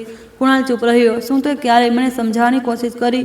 તેણે પૂછ્યું. શું ક્યારેય એ વિચાર્યું કે હું જે નથી જણાવી શકતી તેની પાછળ કોઈ જવાબદારી હોઈ શકે છે? અથવા તારા માટે દરેક મૌન માત્ર અપરાધ છે? વસુધા વચ્ચે બોલી. બહુ થઈ ગયું. ભાવુક ભાષણથી તથ્યો નહીં બદલાય. અમારા પરિવારે તને નામ, ઘર અને સન્માન આપ્યું. બદલામાં તે અમને છુપાયેલી જિંદગી આપી. નંદિનીએ તેની તરફ ફરીને કહ્યું. નામ તમે આપ્યું, ઓળખ નહીં. ઘર આપ્યું, પોતાપણું નહીં. સન્માનની વાત ન કરો, કારણ કે તે મને ક્યારેય મળ્યું જ નહીં. ઈશિતાએ ધીમા સ્વરે કહ્યું. દીદી, કદાચ શાંત રહીને પ્રક્રિયા પૂરી કરવી બધા માટે સારું રહેશે. નંદિનીએ પહેલીવાર તેની આંખોમાં સીધું જોયું. તને સૌથી વધુ ઉતાવળ છે એ સ્પષ્ટ છે. ઈશિતાએ ઘાયલ થવાનો અભિનય કર્યો. મેં હંમેશા પરિવારને બચાવવાની કોશિશ કરી. ના, નંદિનીએ કહ્યું. તે હંમેશા એ ખાલી જગ્યાને મોટી કરી જે પહેલેથી જ આપણી વચ્ચે હતી. કુણાલે ટેબલ પર હાથ માર્યો. ઈશિતાને વચ્ચે ન લાવ. આ નિર્ણય મારો છે. નંદિનીએ માથું હલાવ્યું. ઠીક છે, તો જવાબદારી પણ તારી હશે. વકીલે કરારની શરતો જણાવી. નંદિનીએ ફસીન સંપત્તિ, વ્યવસાય, બેંક ખાતાઓ અથવા બંગલા પર કોઈ અધિકાર માંગવાનો ન હતો. તેના માટે એક નાની ભરણપોષણની રકમ પ્રસ્તાવિત હતી, જેને કુણાલ ઉદારતા માની રહ્યો હતો. નંદિનીએ કાગળ વાંચ્યા અને કહ્યું, હું ભરણપોષણની રકમ નહીં લઉં. વસુધાએ અવિશ્વાસથી પૂછ્યું. નાટક ન કર. પછીથી કોર્ટમાં વધુ માંગવાની કોશિશ ન કરતી. હું કંઈ નહીં માંગું. કુણાલે તિરસ્કારથી કહ્યું. બહારની દુનિયા આટલી સરળ નથી. અહીં રહેતા રહેતા તને ખર્ચનો અંદાજ નથી રહ્યો. લાગણીઓમાં આવીને નિર્ણય ન લે. નંદિનીના હોઠ પર આછું થાકેલું સ્મિત આવ્યું. તું આજે પણ માને છે હું તારા પૈસા પર જીવિત હતી? તે ઉઠી અને પોતાના રૂમમાં જતી રહી. થોડીવાર પછી તે એક જૂની ભૂખરા રંગની સુટકેસ સાથે પાછી ફરી. તેમાં થોડા કપડાં, નાનીની સાડી, સંશોધનની અંગત બુકો અને કેટલાક પુસ્તકો અને લાકડાનો એક નાનો ડબ્બો હતો. તેને લગ્નમાં મળેલા તમામ મોંઘા આભૂષણો ટેબલ પર મૂકી દીધા. વસુધાએ નોકરાણીને કહ્યું. સુટકેસની તપાસ કર. કુણાલે ધીમા સ્વરે કહ્યું. માં, આની જરૂર નથી. કેમ નહીં? ખબર નહીં શું લઈ જઈ રહી છે? નંદિનીએ જાતે સુટકેસ ખોલી દીધી. જોઈ લો. કપડાં નીચે જૂના કાગળો, પુસ્તકો અને સૂકા બુનાસના ફૂલોવાળી એક કાપડની થેલી હતી. કોઈ આભૂષણ, રોકડ કે મોંઘી વસ્તુ ન હતી. વસુધાને જાણે નિરાશ થઈ કે આરોપ લગાવવા માટે કંઈ ન મળ્યું. કુણાલે પૂછ્યું. બસ આટલું જ? નંદિનીએ કહ્યું. હું અહીં આટલું જ લઈને આવી હતી. બાકી જે કંઈ હતું તે ક્યારેય મારું થયું જ નહીં. વકીલે પેન આગળ વધારી. આજે પ્રારંભિક કરાર પર સહી થઈ શકે છે. અંતિમ પ્રક્રિયા ફેમિલી કોર્ટમાં થશે. નંદિનીએ પેન પકડી. પછી એક ક્ષણ રોકાઈ. કુણાલ, હું છેલ્લીવાર એક પ્રશ્ન પૂછવા માંગુ છું. કુણાલે તેની તરફ જોયું. આ 3 વર્ષમાં શું ક્યારેય એવો કોઈ દિવસ હતો જ્યારે તે મને તારી પત્ની માની હોય? માત્ર દાદાજીની ઈચ્છા, ઘરની જવાબદારી કે સમાજની ઔપચારિકતા નહીં? એક મનુષ્ય તરીકે કુણાલના ચહેરા પર ક્ષણભર મૂંઝવણ આવી. તેને જવાબ આપવા માટે હોઠ ખોલ્યા, પરંતુ શબ્દ ન નીકળ્યા. તેની ચૂપકીથી પૂરતી હતી. નંદિનીએ કાગળ પર સહી કરી દીધી. પેનની અણીમાંથી નીકળેલી શાહીને 3 વર્ષના સંબંધને થોડી સેકન્ડોમાં એક કાનૂની પ્રક્રિયામાં બદલી નાખ્યો. તેણે પેન ટેબલ પર મૂકી અને કહ્યું. કોર્ટની તારીખ મને મોકલી આપજો. હું સમયસર આવી જઈશ. કુણાલે પૂછ્યું. તું અત્યારે ક્યાં જઈશ? જ્યાં મારા હોવાથી કોઈને શરમ ન આવે. તે સુટકેસ ઉઠાવીને દરવાજા તરફ આગળ વધી. પાછળથી વસુધાનો અવાજ આવ્યો. પછીથી પાછી ફરીને ન આવતી. નંદિની રોકાઈ નહીં. બંગલાના મુખ્ય દરવાજાથી બહાર નીકળતી વખતે ધીમો વરસાદ શરૂ થઈ ચૂક્યો હતો. રસ્તા પર દિવાળીની બચેલી સીરીજો હજુ પણ ક્યાંક ક્યાંક સળગી રહી હતી. તેમની વચ્ચે અંધારાવાળા ભાગો વધુ સ્પષ્ટ દેખાઈ રહ્યા હતા. નંદિનીએ એકવાર પણ પાછળ ફરીને ન જોયું. તે રાત્રે કુણાલ બહુ મોડે સુધી બેઠક ખંડમાં એકલો બેઠો રહ્યો. ટેબલ પર નંદિનીની સહીવાળા કાગળો હતા. તેને લાગ્યું હતું કે છૂટાછેડાની વાત સાંભળીને તે રડશે, આજીજી કરશે અથવા ઓછામાં ઓછું પોતાના માટે કંઈક માગશે. તેની સહજ સ્વીકૃતિએ તેને રાહત ન આપી, ઉલટાનું અંદર એક વિચિત્ર ખાલીપો પેદા કરી દીધો. ઈશિતાએ તેની પાસે આવીને કહ્યું, તે યોગ્ય કર્યું છે. કેટલાક સંબંધોને બચાવવાની કોશિશ માત્ર દર્દ વધારે છે. કુણાલે જવાબ ન આપ્યો. તેની નજર ટેબલના ખૂણા પર પડેલી એક નાની કાચની શીશી પર ગઈ. કદાચ નંદિની સામાન મૂકતી વખતે ભૂલી ગઈ હતી. તેના પર હાથથી લખ્યું હતું, કુણાલ માટે એસિડિટી થાય ત્યારે રાત્રે 2 ચમચી. તે મોડે સુધી તે શીશીને જોતો રહ્યો. પહેલીવાર તેને અહેસાસ થયો કે જે સ્ત્રીને તે પોતાના જીવનમાંથી કાઢી ચૂક્યો હતો, તેણે જતા સમયે પણ તેના માટે દવાની સૂચના છોડી દીધી હતી. પરંતુ તે ક્ષણ સુધી તેનો અહંકાર તેના પસ્તાવા કરતાં મોટો હતો. તેણે શીશી ડ્રોવરમાં મૂકી દીધી અને પોતાની જાતને કહ્યું કે આવતા અઠવાડિયે કોર્ટમાં બધું પૂરું થઈ જશે. તેને ખબર ન હતી કે કોર્ટના તે દિવસે માત્ર તેના લગ્ન જ પૂરા નહીં થાય. તેની સામે નંદિનીની તે આખી ઓળખ ખુલવાની હતી, જેને સમજવાની તેણે 3 વર્ષમાં ક્યારેય કોશિશ નહોતી કરી. શિવાજીનગર ફેમિલી કોર્ટના 3જા માળે તે સવારે સામાન્ય કરતાં વધુ ભીડ હતી. જૂના પંખાઓ સતત વહી રહ્યા હતા. તેમ છતાં વરસાદનો ભેજ દિવાલો અને લોકોના કપડાં સાથે ચોંટેલો હતો. કોરિડોરમાં લાકડાની લાંબી બેન્ચો પર બેઠેલા દંપતી પોતાના વકીલો સાથે ધીમા સ્વરમાં વાત કરી રહ્યા હતા. કોઈના ચહેરા પર ક્રોધ હતો, કોઈના પર થાક અને કોઈના પર એ સંબંધના પૂરા થવાનો ડર હતો જેને બચાવવાની શક્તિ હવે બંનેમાં રહી ન હતી. નંદિની બારી પાસે ઊભી વરસાદ જોઈ રહી હતી. તેના હાથમાં એ જ પાતળી ફાઇલ હતી જેમાં સહી કરેલા કરાર રાખેલો હતો. તેની પાછળ લેફ્ટનન્ટ જનરલ દેવેન્દ્ર રાવત થોડે દૂર શાંત ઊભા હતા. તેમની સાથે આવેલી લશ્કરી અધિકારીઓને તેમને નીચે રોકવાનો આદેશ આપી દીધો હતો. તેઓ નહોતા ઈચ્છતા કે કોર્ટની અંદર તેમનો હોદ્દો કોઈના પર દબાણ ઊભું કરે. કુણાલ હજુ પણ એ દ્રશ્યને સમજવાની કોશિશ કરી રહ્યો હતો. તે ઘણીવાર નંદિની અને દેવેન્દ્રના ચહેરાને સમાનતાઓ શોધી ચૂક્યો હતો. નંદિનીનું સીધું નાક, આંખોમાં સ્થિરતા અને મુશ્કેલ ક્ષણોમાં ચહેરા પર ઉતરી આવતી ગંભીરતા હવે અચાનક તેને પરિચિત લાગી રહી હતી. 3 વર્ષ સુધી તેણે આ સંકેતો જોયા હતા, પણ ક્યારેય તેમની પાછળ છુપાયેલી વાર્તા જાણવાની ઈચ્છા ન કરી. વસુધા સૌથી પહેલાં પોતાની જાતને સંભાળી શકી. તેણે ધીમા સ્વરે કુણાલને પૂછ્યું, આ માણસ તેને દીકરી કેમ કહી રહ્યો હતો? કુણાલે જવાબ ન આપ્યો. ઈશિતાએ તરત કહ્યું, હોઈ શકે કે તે તેમના પિતા જેવા માનતી હોય. તેમણે સ્પષ્ટ કહ્યું હતું કે તે તેના પિતા છે. કુણાલે તેની વાત કાપી નાખી. તેનો સ્વર એટલો કઠોર હતો કે ઈશિતા ચૂપ થઈ ગઈ. દેવેન્દ્ર રાવત નંદિની પાસે આવ્યા. તે મને આવવાની ના પાડી હતી. નંદિનીએ બારી પરથી નજર હટાવ્યા વિના કહ્યું, હું નહોતી ઈચ્છતી કે લોકો એ સમજે. હું તમારા હોદ્દાનો સહારો લઈને મારા અંગત મામલો ઉકેલી રહી છું. હું અહીં અધિકારી બનીને નથી આવ્યો, પરંતુ લોકો તમને ગણવેશથી અલગ કરીને નહીં જોઈ શકે. દેવેન્દ્રએ થોડીક ક્ષણો દીકરીને જોઈ. તારી વાત સાચી છે. તેમ છતાં એક પિતાને એ અધિકાર હોવો જોઈએ કે તે દીકરીના જીવનના મુશ્કેલ દિવસે તેની સાથે ઊભો રહી શકે. નંદિનીની આંખોમાં એક ક્ષણ માટે ભીનાશ આવી, પરંતુ તેણે તરત જ પોતાની જાતને સંભાળી લીધી. તેમનો સંબંધ હંમેશા સરળ રહ્યો નહોતો. દેવેન્દ્રની લશ્કરી જવાબદારીઓ અને નંદિનીના માતા સાથેના તેમના તૂટેલા સંબંધોના કારણે નંદિનીનું બાળપણ મુખ્યત્વે નાની ભગીરથી સાથે વીત્યું હતું. પિતાએ તેના શિક્ષણ, સુરક્ષા અને દરેક જરૂરિયાતનું ધ્યાન રાખ્યું, પરંતુ અંતરને પૈસા અને વ્યવસ્થા ક્યારેય પૂરી રીતે ભરી શક્યા નહીં. નંદિનીએ લગ્ન સમયે પણ તેમને કહ્યું હતું કે તે પોતાની ઓળખ જાતે બનાવશે. તે નહોતી ઈચ્છતી કે કોઈને ખબર પડે કે તે એક વરિષ્ઠ સૈન્ય અધિકારીની દીકરી છે. દેવેન્દ્રએ તેની ઈચ્છા સ્વીકારી લીધી હતી. જોકે તેમને કુણાલના પરિવારના વલણ પર શરૂઆતથી જ શંકા હતી. નાની કેમ છે? નંદિનીએ પૂછ્યું. તેમણે કહ્યું કે જ્યારે તું તૈયાર થઈ જા ત્યારે પોળી પાછી ફરી આવજે. તેમણે તારા માટે રૂમની બારીઓ ખોલાવી દીધી છે. નંદિનીના ચહેરા પર પહેલીવાર આછું સ્મિત આવ્યું. તે જ સમયે કોર્ટના મદદનીશે કેસનો નંબર પોકાર્યો. કુણાલ, નંદિની અને તેમના વકીલો સુનવાણી કેસમાં પ્રવેશ્યા. વસુધા અને ઈશિતા પાછળ દર્શકો માટે નક્કી કરાયેલી ખુરશીઓ પર બેઠા. દેવેન્દ્ર સૌથી પાછળ એક સામાન્ય મુલાકાતીની જેમ બેસી ગયા. ન્યાયાધીશે ફાઇલ જોતા બંને પક્ષોની ઓળખની પુષ્ટિ કરી. તેમને પૂછ્યું કે શું બંનેએ પરસ્પર સંમતિથી લગ્ન સમાપ્ત કરવાનો નિર્ણય લીધો છે અને શું કોઈના પર દબાણ છે? કુણાલે કહ્યું, હા. નંદિનીએ પણ શાંત સ્વરમાં જવાબ આપ્યો, હા. ન્યાયાધીશે નંદિની તરફ જોયું. કરારમાં તમે કોઈ પણ પ્રકારની સંપત્તિ, ભરણપોષણની રકમ અથવા વૈવાહિક વર્તનનો દાવો કર્યો નથી. શું તમે આ નિર્ણયના પરિણામો સમજો છો? જી, પૂરી રીતે. શું તમને કાનૂની સલાહ મળી છે? જી. નંદિનીના વકીલે સ્પષ્ટ કર્યું કે તે આર્થિક રીતે સ્વતંત્ર છે અને તેણે જાતે આ વિકલ્પ પસંદ કર્યો છે. કુણાલે અનાયાસે તેની તરફ જોયું. આર્થિક રીતે સ્વતંત્ર? આ શબ્દ તેના મનમાં અટકી ગયો. તેણે ક્યારેય નંદિનીની આવક પૂછી ન હતી. તેને વિશ્વાસ હતો કે તેનું કામ કોઈ નાના રિસર્ચ આસિસ્ટન્ટ જેવું હશે, જેનાથી સામાન્ય ખર્ચ જ ચાલી શકે. ન્યાયાધીશે કેટલાક દસ્તાવેજો જોતા પૂછ્યું, ડૉક્ટર નંદિની જોશી, શું તમે હાલમાં સંરક્ષણ તબીબી સંશોધન સાથે સંકળાયેલા છો? રૂમમાં હલચલ મચી ગઈ. નંદિનીએ જવાબ આપ્યો, હું એક મંજૂર થયેલા બાયોમેડિકલ પ્રોજેક્ટમાં મુખ્ય વૈજ્ઞાનિક સલાહકાર છું. સંવેદનશીલ માહિતીને બાદ કરતા જરૂરી રોજગાર પ્રમાણપત્રો મારા વકીલે જમા કરાવી દીધા છે. વસુધાએ પાછળ બેઠેલી સીતા તરફ જોયું. તેના ચહેરા પર અવિશ્વાસ હતો. ન્યાયાધીશે માથું હલાવ્યું. રેકોર્ડ પૂરતા છે, કુણાલના વકીલે ધીમેથી તેના કાનમાં કહ્યું. આપણે તેમના રોજગાર દસ્તાવેજો કાલે મળ્યા. તેમની વાર્ષિક આવક અને સંસાધન અનુદાનની સ્થિતિ આપણી ધારણાથી બિલકુલ અલગ છે. તમે મને જણાવ્યું કેમ નહીં? આજે સવારે તમારી સાથે વાત કરવાની કોશિશ કરી હતી. કુણાલની ગરદન તણાવમાં વધી ગયો. તે નંદિનીને જોતો રહ્યો. એ સ્ત્રી જેને તે વારંવાર પોતાના પૈસાનો સહારો લેનારી માનતો રહ્યો હતો, કદાચ ક્યારેય તેની આર્થિક સહાય પર નિર્ભર હતી જ નહીં. ન્યાયાધીશે બંનેને પૂછ્યું કે શું 6 મહિનાના વૈધાનિક પ્રતીક્ષા સમયગાળા પછી પણ તેમનો નિર્ણય અપરિવર્તિત છે? બંને પક્ષો પહેલેથી જ અલગ રહી રહ્યા હતા અને જરૂરી સમયગાળો પૂરો થઈ ચૂક્યો હતો. અંતિમ આદેશ પહેલા ન્યાયાધીશે કહ્યું, હું બંનેને એક તક આપવા માંગુ છું. શું સમાધાન અથવા પરામર્શની કોઈ સંભાવના છે? કુણાલે નંદિની તરફ જોયું. થોડા અઠવાડિયા પહેલા સુધી તેને વિશ્વાસ હતો કે તે આ પ્રશ્ન પર તરત જ ના કહી દેશે, પરંતુ હવે તેની સામે બેઠેલી નંદિની તે સ્ત્રી નહોતી લાગી રહી જેને તેણે ઘરેથી જતી જોઈ હતી. તેના પિતાની ઓળખ કે તેમનો હોદ્દા જ તેને અલગ કરી નહોતા બનાવી રહ્યા. તે હંમેશા પથાના દિવસ પછી કહેલા દાન અને મિત્તલાથી આવી જ સ્થિર, આત્મનિર્ભર અને સક્ષમ હતી. તફાવત માત્ર એટલો હતો કે કુણાલે ક્યારેય તેને જોવાનો પ્રયાસ કર્યો ન હતો. તેણે હોઠ ખોલ્યા. જો કેટલાક તથ્યો પહેલા નંદિનીએ તેની તરફ જોયા વિના કહ્યું, મારી તરફથી કોઈ સંભાવના નથી. તેનો જવાબ સ્પષ્ટ અને શાંત હતો. કુણાલના શબ્દો ત્યાં જ રોકાઈ ગયા. ન્યાયાધીશે થોડી ક્ષણો બંનેને જોયા અને પછી અંતિમ આદેશ સંભળાવવાની પ્રક્રિયા પૂરી કરી. લગ્ન કાનૂની રીતે સમાપ્ત થઈ ગયા. કાગળ પર મહોર લાગવાનો અવાજ ખૂબ જ હળવો હતો, પણ કુણાલને તે કોઈ ભારે દરવાજો બંધ થવા જેવો સંભળાયો. બહાર નીકળતા જ વસુધાએ નંદિનીનો રસ્તો રોકી લીધો. તે અમને ક્યારેય કેમ ન જણાવ્યું કે તારા પિતા કોણ છે? નંદિનીએ શાંત સ્વરે પૂછ્યું.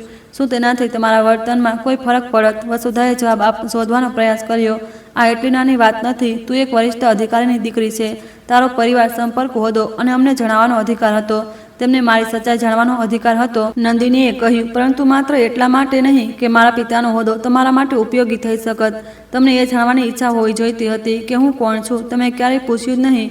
તે જાણી જોઈને છુપાવ્યું. મેં મારા પિતાનો હોદ્દો છુપાવ્યો, મારું ચરિત્ર નહીં. 3 વર્ષ સુધી હું તમારી સામે હતી. કુણાલ આગળ વધ્યો. નંદિની, આપણે વાત કરવી જોઈએ. જે વાત 3 વર્ષમાં ન થઈ શકી તે આજે અદાલતના કોરિડોરમાં કેમ થશે? ઓછામાં ઓછું મને સમજાવવાની તક આપ. નંદિનીએ પહેલીવાર તેની આંખોમાં જોયું. તારી પાસે તકની કમી નહોતી કુણાલ, તારી પાસે ઈચ્છાની કમી હતી. ઈશિતા અચાનક બોલી, દીદી, કુણાલને દોષ આપવો સહેલો છે. તમે પણ તમારી જિંદગીનો આટલો મોટો હિસ્સો છુપાવ્યો. કોઈ પતિ કેવી રીતે વિશ્વાસ કરે? નંદિનીએ તેની તરફ ફરીને કહ્યું. વિશ્વાસ અને જાણકારી અલગ વસ્તુઓ છે. જાણકારી ઓછી હોય ત્યારે પ્રશ્ન પૂછવામાં આવે છે. વિશ્વાસ ઓછો હોય ત્યારે આરોપ લગાવવામાં આવે છે. તે સતત આરોપો માટે સામગ્રી આપી અને તેમણે પ્રશ્ન પૂછવાને બદલે તેના પર વિશ્વાસ કરી લીધો. ઈશિતાનો ચહેરો ખેંચાઈ ગયો. તમે શું કહેવા માંગો છો? હું અત્યારે કંઈ સાબિત નથી કરી રહી. તપાસ ચાલી રહી છે, પરંતુ પ્રયોગશાળાની ઝેરીલાપણાના રિપોર્ટ, ઘરમાં મળેલી બોટલ અને તે તસવીરોનો સ્ત્રોત જલ્દી સામે આવી જશે. કુણાલે ઈશિતા તરફ જોયું. કઈ તસવીરો? નંદિનીએ કહ્યું, એ જેના કારણે તને લાગ્યું કે મારું કોઈ બીજું જીવન છે. કુણાલનો ચહેરો બદલાઈ ગયો. તેણે આ વાત નંદિની સાથે ક્યારેય શેર કરી નહોતી. તને તેના વિશે કેવી રીતે ખબર? સુરક્ષા તપાસમાં અમારા વાહન સાથે અનધિકૃત કેમેરો સક્રિય જોવા મળ્યો હતો. જે તસવીર તને મોકલવામાં આવી તેની નકલ તપાસ અધિકારીઓ સુધી પણ પહોંચી. ઈશિતાએ ગભરાઈને કહ્યું, આનો મારી સાથે શું સંબંધ છે? નંદિનીએ જવાબ ન આપ્યો. તે દેવેન્દ્ર પાસે ગઈ. દેવેન્દ્રએ કુણાલ તરફ જોયું. તેની આંખોમાં ક્રોધ હતો, પણ અવાજ નિયંત્રિત રહ્યો. હું ઈચ્છું તો તને ઘણું બધું પૂછી શકું છું, પરંતુ મારી દીકરીએ સ્પષ્ટ કહ્યું છે કે તે કોઈ હોદ્દા કે પ્રભાવનો ઉપયોગ અંગત બદલો લેવા માટે નહીં કરે. વસુધાએ પોતાના સ્વરને અચાનક નરમ કરવાનો પ્રયાસ કર્યો. જનરલ સાહેબ, કેટલીક ગેરસમજો થઈ છે. ગેરસમજ એ હોય છે જે સત્ય જાણવા પર સમાપ્ત થઈ જાય. દેવેન્દ્રએ કહ્યું, અપમાન એક નિર્ણય હોય છે. તમે મારી દીકરી વિશે શું વિચાર્યું? તેના કરતાં વધુ મહત્વનું એ છે કે તમે તેની સાથે કેવો વ્યવહાર કર્યો. કુણાલે કહ્યું, હું મારી ભૂલ સ્વીકારવાથી ભાગી નથી રહ્યો. નંદિનીએ શાંત સ્વરે કહ્યું, અત્યારે તું તારી ભૂલ નહીં, તેના પરિણામો જોઈ રહ્યો છે. બંનેમાં તફાવત હોય છે. તે પિતાની સાથે બહાર ચાલી ગઈ. વરસાદ ઓછો થઈ ચૂક્યો હતો. દેવેન્દ્રએ તેના માટે કારનો દરવાજો ખોલ્યો, પરંતુ નંદિનીએ બેસતા પહેલા પાછળ ફરીને અદાલતની ઇમારતને જોઈ. તેના ચહેરા પર ન તો વિજય હતો, ન બદલાનો સંતોષ, માત્ર ઊંડો થાક અને મુક્ત થવાનો શાંત અહેસાસ હતો. કુણાલ પગથિયા પર ઊભો રહીને તેને જતી જોતો રહ્યો. વસુધા તેની પાસે આવીને બોલી, આપણાથી બહુ મોટી ભૂલ થઈ ગઈ. કુણાલે પહેલીવાર મા તરફ સહાનુભૂતિ વિના જોયું. આપણાથી કે મારાથી? વસુધા ચૂપ થઈ ગઈ. ઈશિતાએ તેનો હાથ પકડવા ચાહ્યો. કુણાલ, અત્યારે તું ભાવુક છે. ઘરે ચાલીને વાત કરીએ છીએ. તેણે હાથ પાછળ ખેંચી લીધો. પહેલા મારે તે ઈમેલનો સ્ત્રોત જાણવો છે. ઈશિતાની આંખોમાં ક્ષણિક ભય દેખાયો. અદાલતમાંથી પાછા ફર્યા પછી કુણાલે પોતાની જાતને ઓફિસમાં બંધ કરી લીધી. તેણે આઈટી વિભાગના પ્રમુખને બોલાવી અજ્ઞાત ઈમેલની ટેકનિકલ તપાસ કરાવી. મેલ એક સાર્વજનિક સર્વર પરથી મોકલવામાં આવ્યો હતો, પરંતુ જોડાયેલ તસવીરની મૂળ ફાઇલમાં ઉપકરણ સંબંધિત કેટલીક માહિતી બચી ગઈ હતી. આઈટી પ્રમુખે કહ્યું, તસવીર જે ફોનમાંથી લેવામાં આવી હતી તેનું મોડલ આપણા ઘણા કર્મચારીઓ પાસે હોઈ શકે છે, પરંતુ સ્થાન સંબંધિત મેટાડેટા દૂર કરતા પહેલા ફાઇલ એક ક્લાઉડ એકાઉન્ટમાંથી પસાર થઈ છે. તે એકાઉન્ટનો રિકવરી નંબર કંપનીના રેકોર્ડમાં નોંધાયેલો નંબરોમાંથી એક સાથે મેળ ખાય છે. કોનો? અધિકારીએ સ્કીન તેની તરફ ફેરવી દીધી. નંબર ઈશિતાના અંગત સહાયિકાના નામે હતો. કુણાલ મોડે સુધી સ્કીન જોતો રહ્યો. પછી તેણે કહ્યું, ઈશિતાને અત્યારે ન જણાવતા કે આપણે આ શોધી કાઢ્યું છે. છેલ્લા 3 મહિનાના તેના કંપની ઈમેલ, લોગિન રેકોર્ડ અને પ્રોજેક્ટ ફાઇલોનું આંતરિક ઓડિટ શરૂ કરો. આઈટી પ્રમુખે અચકાતા પૂછ્યું, શું કાનૂની વિભાગને સામેલ કરીએ? તરત જ તે સાંજે કુણાલ ઘરે પાછો ફર્યો તો વસુધા તેના રૂમમાં જૂના ફોટો આલ્બમ જોઈ રહી હતી. લગ્નની તસવીરોમાં નંદિની દરેક જગ્યાએ શાંત ઊભી હતી. કોઈ તસવીરમાં તે વસુધાના પગે લાગી રહી હતી, કોઈમાં હર્ષબંશ ભસીનની તસવીર સામે દીવો પ્રગટાવી રહી હતી. વસુધાએ એક તસવીર કુણાલને બતાવી. તારા દાદાજી તેને ખૂબ માનતા હતા. કદાચ તેમણે એવું કંઈક જોયું હતું જે આપણે ન જોઈ શક્યા. કુણાલે કડવા સ્વરમાં કહ્યું, આપણે જોવાની કોશિશ જ ન કરી. તેણે પણ તો પોતાના પિતા વિશે. માં, શું પિતાનો હોદ્દો જાણીને તમે તેના બનાવેલા ભોજનને કચરો ન કહેતા? શું તમે તેનું કાચનું ઘર તોડાવતા? શું તમે તેની સુટકેસની તપાસ ન કરતા? વસુધા પાસે કોઈ જવાબ નહોતો. કુણાલ પોતાના રૂમમાં ગયો. કબાટના એક ભાગમાં નંદિનીના કેટલાક જૂના કપડાં હજી પણ લટકતા હતા. ટેબલના ખાનામાં તેને એ જ કાચની શીશી મળી જેના પર તેની એસિડિટીની દવાની સૂચના લખેલી હતી. પાસે એક નાની નોટબુક હતી. તેણે પુસ્તક ખોલ્યું. તેમાં તેના ભોજન, ઊંઘ, માથાનો દુખાવો અને દવાની પ્રતિક્રિયાની સાથે લખેલી વિગતો હતી. દરેક પાના પર તારીખ હતી. નંદિનીએ 3 વર્ષ સુધી તેની આદતોને એક ડોક્ટરની જેમ નોંધી હતી, જેથી તેના માટે યોગ્ય આહાર અને સારવાર નક્કી કરી શકે. એક પાના પર લખ્યું હતું, આજે કુણાલે ફરી ખાલી પેટે કોફી પીધી. રાત્રે દુખાવો થશે, દલીલ નહીં કરું, દવા તૈયાર રાખીશ. બીજા પાના પર તે ઈશિતા સાથે કાર્યક્રમમાં ગયો. પાછો ફરીને ખૂબ થાકેલો હતો. કદાચ મેં જે અનુભવ્યું તે અત્યારે કહેવું યોગ્ય નથી. તેને માથામાં દુખાવો હતો. કુણાલે પુસ્તક બંધ કરી દીધું. અપરાધ ભાવથી તેની છાતી ભારે થઈ ગઈ. આગામી 3 દિવસમાં આંતરિક તપાસમાંથી ઘણી વાતો સામે આવી. ઈશિતાએ બ્રાન્ડિંગ વિભાગના નામે ભસીન ગ્રુપમાં સર્વરમાંથી નંદિનીના લેપટોપનો એ બેકઅપ મેળવવાનો પ્રયાસ કર્યો હતો. તેણે બંગલાના સુરક્ષા મેનેજર પાસે પાછળના કાચના ઘરના કેમેરા બંધ કરાવ્યા હતા, એમ કહીને કે દિવાળીની સજાવટ કરનારા મજૂરો અસહજ થઈ રહ્યા છે. સૌથી ગંભીર વાત, એક કન્સલ્ટિંગ કંપનીને મોકલવામાં આવેલું પ્રેઝન્ટેશન હતું. તેમાં હિમાલયની ઔષધીય વનસ્પતિઓ પર આધારિત ઝડપી રસસ્રાવ નિયંત્રણ ઉત્પાદકની વ્યાવસાયિકતા વિભાવના હતી. ઘણી વૈજ્ઞાનિક વિગતો એ જ હતી જે નંદિનીની અંગત નોટબુક અને નાશ પામેલા નમૂનાઓના લેબોમાંથી નોંધાયેલી હતી. કુણાલે કાનૂની પ્રમુખને પૂછ્યું, ઈશિતાને આ માહિતી ક્યાંથી મળી? સંભવતઃ કાચના ઘરમાંથી કેટલીક તસવીરો તેના ફોનમાં બેકઅપમાંથી મળી છે. તે પેકેટોના લેબલ અને નંદિની મેડમના નોટ્સની તસવીરો લેતી રહી. ઝેરીલાપણાનો રિપોર્ટ, નકલી પ્રયોગશાળાના નામનો ઉપયોગ કરવામાં આવ્યો, દસ્તાવેજ બનાવનાર ફ્રીલાન્સ ડિઝાઇનરને ચૂકવણી ઈશિતાના ખાનગી ફર્મમાંથી થઈ. કુણાલની આંગળીઓ ટેબલ પર ભીંસાઈ ગઈ અને માના રૂમની બહાર મળેલી બોટલ. ઘરના એક ભૂતપૂર્વ કર્મચારીએ સ્વીકાર્યું કે ઈશિતા મેડમના સહાયકે તેને ત્યાં મૂકવા માટે પૈસા આપ્યા હતા. કર્મચારીને લાગ્યું હતું કે આ કોઈ જાહેરાતના શૂટનો ભાગ છે. કુણાલને એવું લાગ્યું જાણે તેની અંદર જમીન ખસી ગઈ હોય. તેણે પૂછ્યું, નંદિનીની સૈન્ય વાહનવાળી તસવીર ઈશિતાના સહાયકે લીધી. તેને નંદિનીનો પીછો કરવાની સૂચના આપવામાં આવી હતી. બધી ઘટનાઓ હવે એક સીધી રેખામાં જોડાઈ રહી હતી.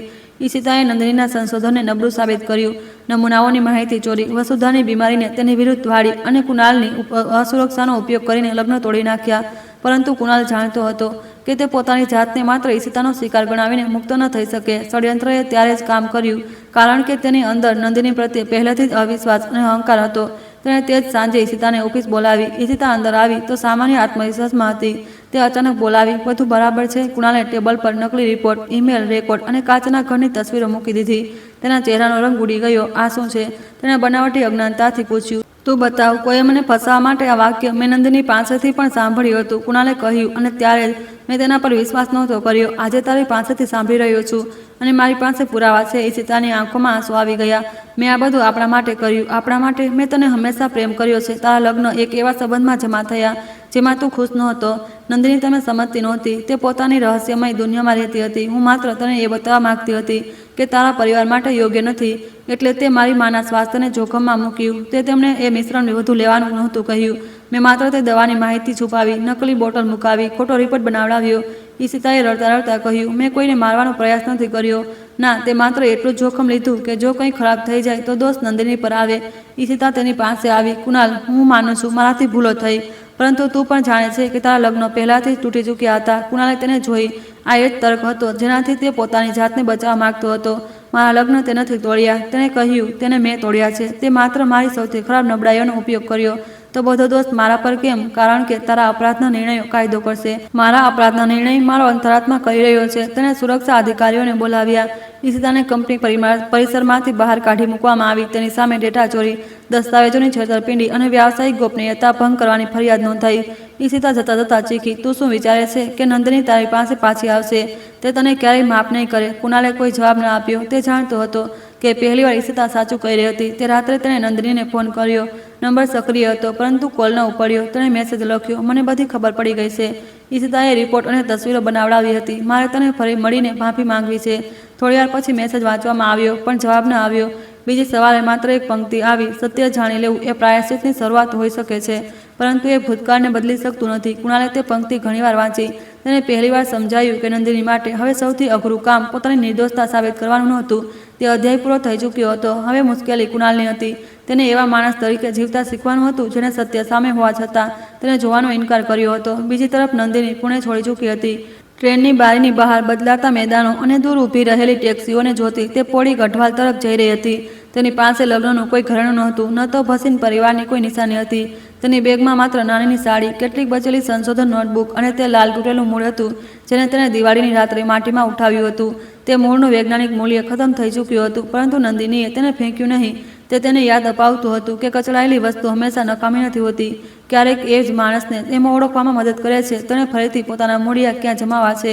પોળી ગઢવાલની સવાર પુણેથી બિલકુલ અલગ હતી. અહીં હવામાં દેવદારની સુગંધ હતી. દૂર ડેકરીઓ પાછળથી ઉગતો સૂરજ ધીમે ધીમે ધુમ્મસને હટાવતો હતો અને ખીણોમાંથી આવતો ઘંટડીઓનો અવાજ દિવસની શરૂઆતનો સંકેત આપતો હતો. વર્ષો પછી નંદિની જ્યારે પોતાની નાનીના જૂના પથ્થરના ઘરની સામે પહોંચી તો તેને એવું લાગ્યું જાણે તે કોઈ સ્થાન પર નહીં, પોતાના એ હિસ્સા પાસે પાછી ફરી છે જેને લગ્નના 3 વર્ષોમાં તેણે ક્યાંય પાછળ છોડી દીધો હતો.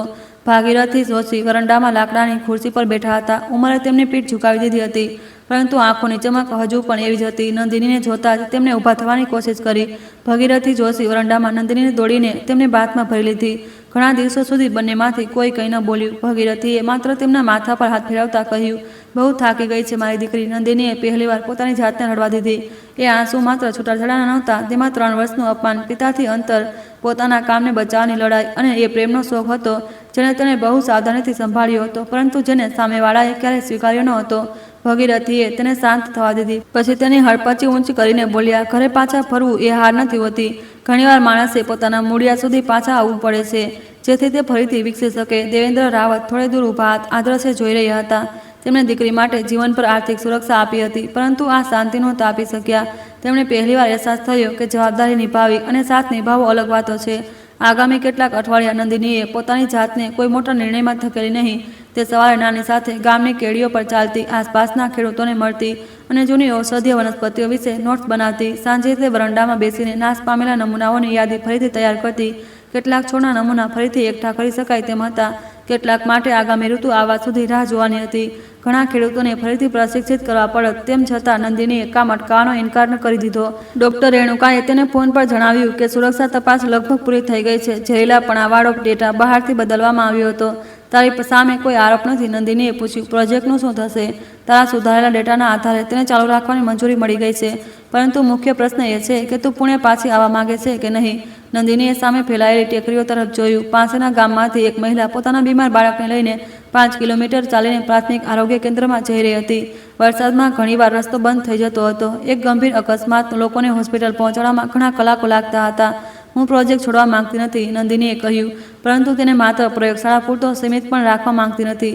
અહીં એક પ્રાદેશિક કેન્દ્રની જરૂર છે. આપણે ખેડૂતો સાથે ઔષધીય વનસ્પતિઓનું સંરક્ષણ કરી શકીએ છીએ, સ્થાનિક આરોગ્ય કર્મચારીઓને પ્રાથમિક રક્તસ્રાવ નિયંત્રણ શીખવી શકીએ છીએ અને મહિલાઓ માટે નિયમિત તબીબી શિબિર ચલાવી શકીએ છીએ. રેણુકા થોડી ક્ષણો ચૂપ રહી. તું દરખાસ્ત લખ, હું સંસ્થા અને રાજ્ય આરોગ્ય વિભાગ સમક્ષ રજૂ કરીશ. નંદિનીએ તે જ દિવસે કામ શરૂ કરી દીધું. આગામી 3 મહિનામાં પોડીના બહારના વિસ્તારમાં આવેલા લાંબા સમયથી બંધ પડેલા એક નાના સામુદાયિક ભવનને તબીબી પ્રશિક્ષણ અને સંશોધન કેન્દ્રમાં બદલવાની યોજના બની. સ્થાનિક પંચાયતે ભવન આપ્યું. સંશોધન સંસ્થાએ ઉપકરણો ઉપલબ્ધ કરાવ્યા. દેવેન્દ્રએ આર્થિક સહાય આપવાની રજૂઆત કરી પરંતુ નંદિનીએ સ્પષ્ટ કરી દીધું કે સહાયક પારદર્શક સરકારી પ્રક્રિયા દ્વારા સ્વીકારવામાં આવશે. તું હજુ પણ મારી મદદ લેવા નથી માંગતી? દેવેન્દ્રએ પૂછ્યું. નંદિનીએ કહ્યું, હું તમારી મદદ લેવા માંગુ છું પપ્પા, પરંતુ તમારી સત્તા નહીં. બંનેમાં ફરક છે. દેવેન્દ્રએ પહેલીવાર દુઃખી થયા વિના તેની વાત સ્વીકારી. ઠીક છે, જ્યાં એક પિતાની જરૂર હોય ત્યાં કહેજે, જ્યાં અધિકારીની નહીં ત્યાં હું ગણવેશ બહાર છોડી દઈશ. તેમની વચ્ચેનું અંતર એક દિવસમાં સમાપ્ત ન થયું, પરંતુ સંવાદ શરૂ થઈ ગયો. કેન્દ્રનું નામ ભગીરથીએ સૂચવ્યું. જીવનધારા પરિવર્તીય આરોગ્ય કેન્દ્ર.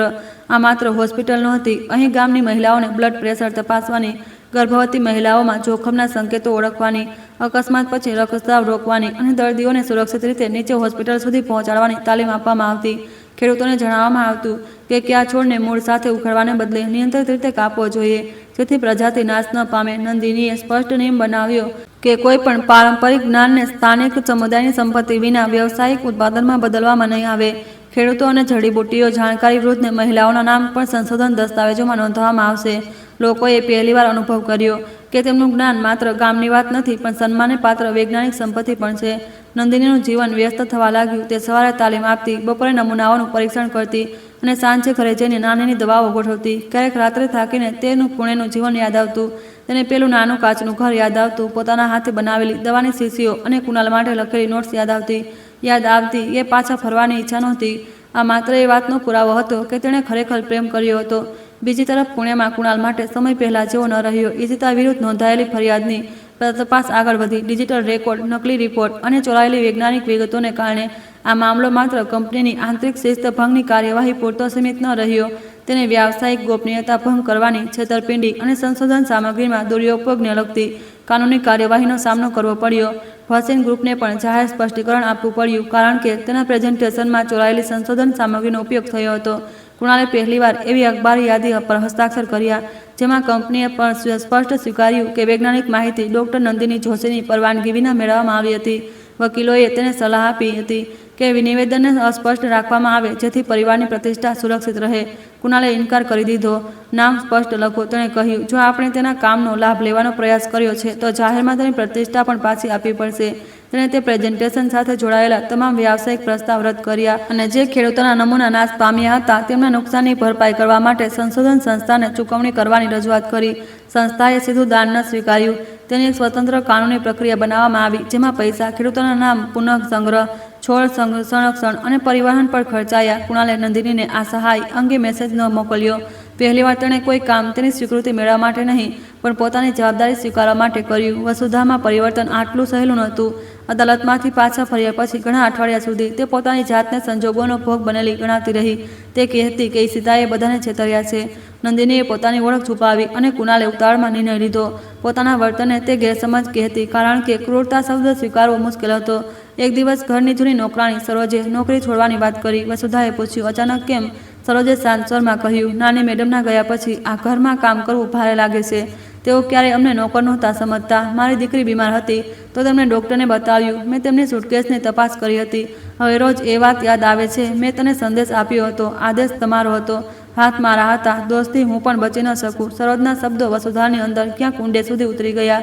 જે કામને તે દિવસે પોતાના અધિકાર માની રહી હતી તે જ હવે બીજી વ્યક્તિની શરમ બની ચૂક્યું હતું. વસુધાએ પહેલીવાર પોતાના રૂમમાં રાખેલા આભૂષણો વચ્ચે નંદિનીની છોડેલી કાચની બંગડીઓ જોઈ.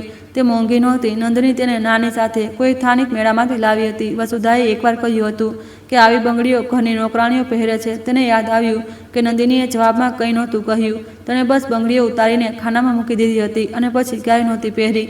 ધીમે ધીમે વસુધાને સમજાવવા લાગ્યું કે નંદિનીનું મૌન નબળાઈ નહોતી, તે આ પરિવારને તૂટતા બચાવવાની કોશિશ હતી. જ્યારે એ જ મૌન સમાપ્ત થયું ત્યારે લગ્ન પણ સમાપ્ત થઈ ગયા. લગભગ 6 મહિના પછી જીવનધારા કેન્દ્રનું ઔપચારિક ઉદ્ઘાટન થયું. કોઈ મોટો રાજકીય મંચ બનાવવામાં આવ્યો નહીં.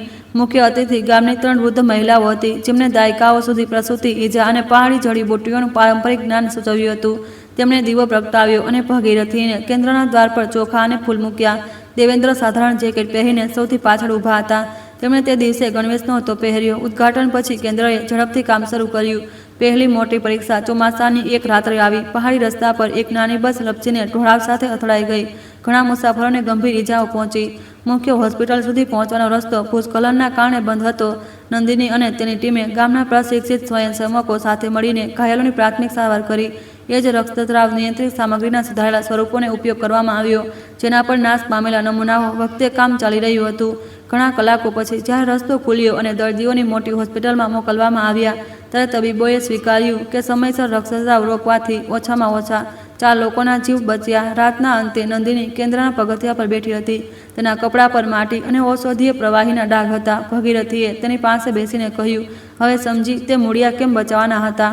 નંદિનીએ દૂર અંધારામાં ચમકતા ગામમાં એક કેટલાક ઘરો તરફ જોયું. હા, પરંતુ કદાચ તેમને ગુમાવવા પણ જરૂરી હતા, નહીંતર હું અહીં પાછા આવવાનો નિર્ણય ક્યારે ન કરત. ભગીરથીએ માથું હલાવ્યું.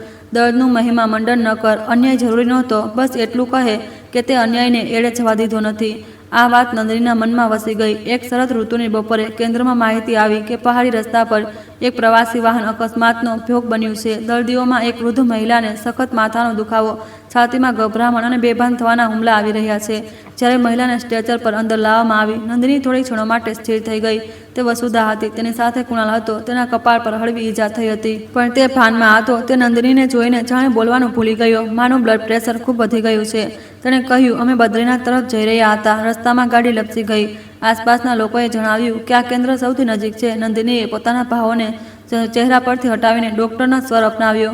તેમને ઇમરજન્સી રૂમમાં લઈ જાઓ. તેમની વર્તમાન દવાઓની યાદી છે. કુણાલે ફોન કાઢીને યાદી બતાવી.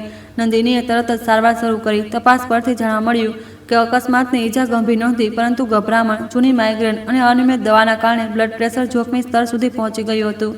વસુધા અડધી બેભાન અવસ્થામાં નંદિનીનું નામ બબડી રહી હતી. મને છોડીને ન જતી, તેણે નબળા અવાજમાં કહ્યું. નંદિનીના હાથ એક ક્ષણ માટે રોકાઈ ગયા. 3 વર્ષ પહેલાં એ જ મહિલાએ કહ્યું હતું કે તે ઘરમાંથી જતી રહે અને પાછી ફરીને ક્યારેય ન આવે. આજે એ જ સ્ત્રી જીવનના ભયમાં તેનો હાથ પકડી રહી હતી. નંદિનીએ તેનો હાથ હટાવ્યો નહીં. તેણે માત્ર એટલું જ કહ્યું, તમે સુરક્ષિત છો. હું ડૉક્ટર તરીકે અહીં છું. ઘણા કલાકો પછી વસુધાની સ્થિતિ નિયંત્રિત થઈ. તેને નિરીક્ષણ કક્ષમાં રાખવામાં આવી. કુણાલ કોરિડોરની લાકડાની બેન્ચ પર બેઠો હતો. તેની મોંઘી દુનિયાથી દૂર તે એક નાના કેન્દ્રમાં તેની આસપાસ ગ્રામીણ પરિવારો, ઘાયલ મજૂરો અને તાલીમાર્થી આરોગ્ય કર્મચારીઓ આવજા કરી રહ્યા હતા. તેણે દિવાલ પર લાગેલી તસવીરો જોઈ. તેમાં નંદિની ગામની મહિલાઓને તાલીમ આપી રહી હતી, બાળકોની તપાસ કરી રહી હતી અને ખેડૂતો સાથે છોડ સંરક્ષણ ક્ષેત્રમાં ઊભી હતી. એક તસવીર નીચે લખ્યું હતું, જ્ઞાનનું સન્માન ત્યારે જ પૂરું થાય છે જ્યારે તેનો લાભ તે સમુદાય સુધી પાછો ફરે જ્યાંથી તે આવ્યું છે. કુણાલ સમજ્યો કે નંદિનીએ અહીં પોતાની નવી ઓળખ નહોતી બનાવી. આ એ જ ઓળખ હતી જે હંમેશા તેની અંદર હતી.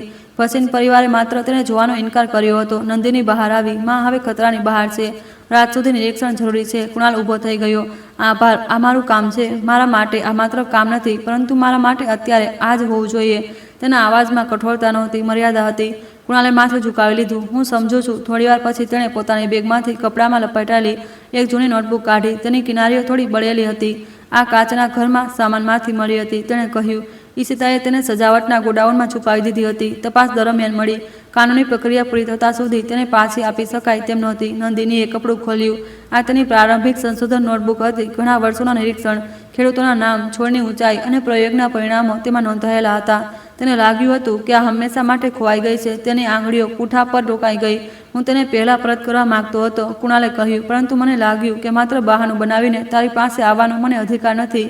નંદિનીએ નોટબુક પોતાની છાતી સરથી ન ચાંપી, ન તો કોઈ ભાવ પ્રતિક્રિયા આપી. તેણે સાવચેતીથી તેણે ટેબલ પર મૂકી દીધી. તેણે બચાવીને રાખવા માટે આભાર.